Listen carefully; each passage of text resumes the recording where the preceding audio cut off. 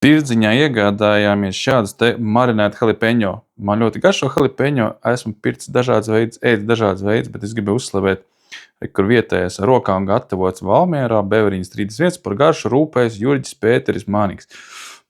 Es gan teiktu, ka viņš te ir uzlicis, ka ir 2 pipariņi no 5, man kā pieredzējušam asu mēdājam, es teiktu, ka vairāk nekā 2, jo 2 es dotu parastiem cilvēkam ēst.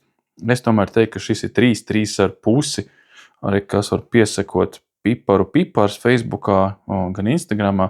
Ļoti garšīgi, ar ko viņi atšķirās no citiem konservētajiem marinātiem halipeņo. Šie ir svaigi, viņi var just, ka viņi ir nesen iemarināti, viņi ir ļoti aromātiski smaržoti ar rūgteni, un marinādē ir ļoti daudz cukurs, lai kā palīdzētu bišķiņa ar to asumu, varbūt bišķiņa ar to rūgtumu, tāpēc marināde atšķirās no tā, kas ir citos veikalos, kas nopērkams, kur principā ir pārsvarā tikai etiķis un ūdens.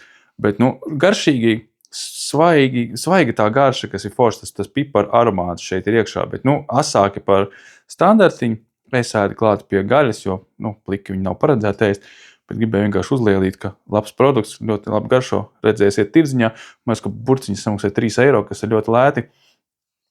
Ejiet, piesakojot, nopērciet, atbalstiet vietējo.